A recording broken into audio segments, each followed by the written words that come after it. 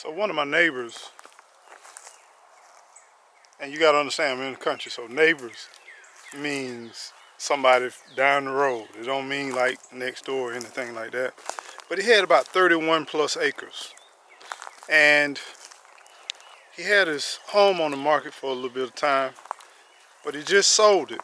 And he just sold it for a little bit under $230,000.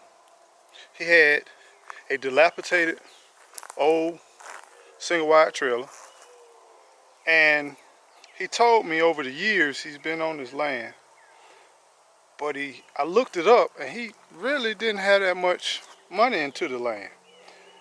I think he bought it somewhere around the tune of years ago, maybe $1,500 per acre, and his mobile home, I think it was built in the 1970s, and or maybe the early 80s I think.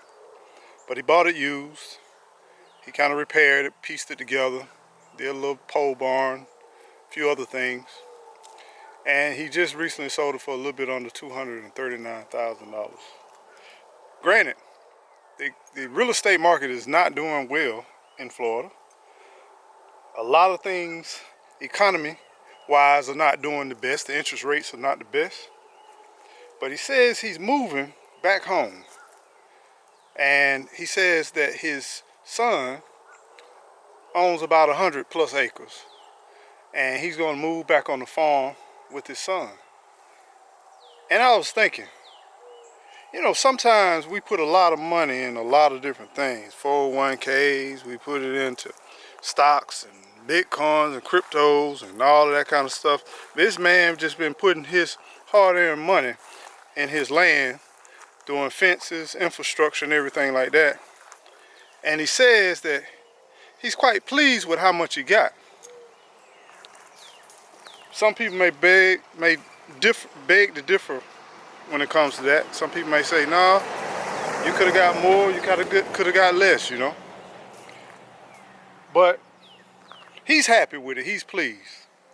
And he says it's well worth his investment. He sold his animals, he sold a lot of different things, some of his equipment and a bunch of other stuff. And he said that's how he made his living. He would get animals. He had everything from llamas to goats and cows and horses. And he was a trader, a livestock trader. And he built his career on that. He lived a simple life. I think he's at the tender age of 92 right now. And all he's going to do is just finish his days and live his life back in the country. Just a different kind of country. And I was thinking, you know, man, it's different ways to take this approach on life. And at the age of 92, does it really matter how much money you have? He's still living, he's still working, but when you really look at everything, man, we do a lot of time, we spend a lot of energy, we spend a lot of resources, toiling and toiling and toiling. And all he had to do was talk about was he enjoyed his land. He enjoyed where he lived at. But he's getting older and he knows he's gonna need some help. And he lived his days here as long as he could. And at the end of this journey, all he's gonna do is spend his time with his family, his grandkids, and his great-grands, and just live his life. And I was thinking, a lot of times we put so many worldly possessions in things that's so corruptible, but that land still stands. Even though some people may say, oh, that's a mobile home or manufactured home, you can't get no money off of it. That man, what he told me he paid for that thing, he made a killing. Yeah, did it happen overnight? No, but it happened over time. And that's the thing that I think that we're missing. We're missing putting in the time, putting in the work. We want it right now, yesterday. And with technology and advancement, we want everything right now, yesterday, and it's moving too slow. We need it now, now, now, now.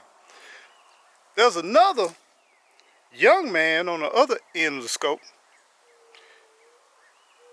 you know, I try to talk to my daughters and stuff, and they try to understand, you know, here it is where you get this young man, you know, he's pretty popular in his own sector, in his own group, and he makes good money. He makes more than the average adult. He's young, in his 20s, but he just recently bought a Ferrari, and he said that he got a his loan was for 144 months. 144 months on the car. And we living in this age where people are comfortable with 40-year mortgages. Most people say, well, I ain't gonna pay it off anyway. I'm probably gonna sell it before I even pay it off, even with a 30-year. But it reminds me of everybody gotta do their own thing. You know, you paying 12 years for a car that deteriorates very quickly. And I don't know, to each his own. But tell me what's y'all thoughts. You know, some people say I put it in land, I put it in a house, but all this stuff corruptible. Except for the land. And land ain't gonna stand. Natural resources gonna stand. But I'm just curious, what's your thoughts? Would you pay 12 years on a car payment? I think he said he put $60,000 down on a $200,000+ car. And basically it's to look good. Look good for others. And that's something he wanted. Something was on his bucket list. Hey, he's working for it. And the hard part is you got people that's struggling just to make $20 or $30 an hour and they working every day. And you get somebody like himself, you know, he just popular, you know, he's well-to-do on his social media thing, and he does very well. He put in work too. And you just have people that have and have not. I'm not hating on none of that. I just find it very interesting on the commitments that we take for this tangible stuff. This stuff that's just, it's fleeting. It's rusting, it's depleting. But you're gonna spend your money one way or the other. Why not spend it on something you really love? Y'all stay well, stay blessed, and don't forget to keep on growing. Grow. Till next time, friend. Look at the sunset. Beautiful sunset, beautiful afternoon. Y'all take care, stay well. I got some honeysuckle.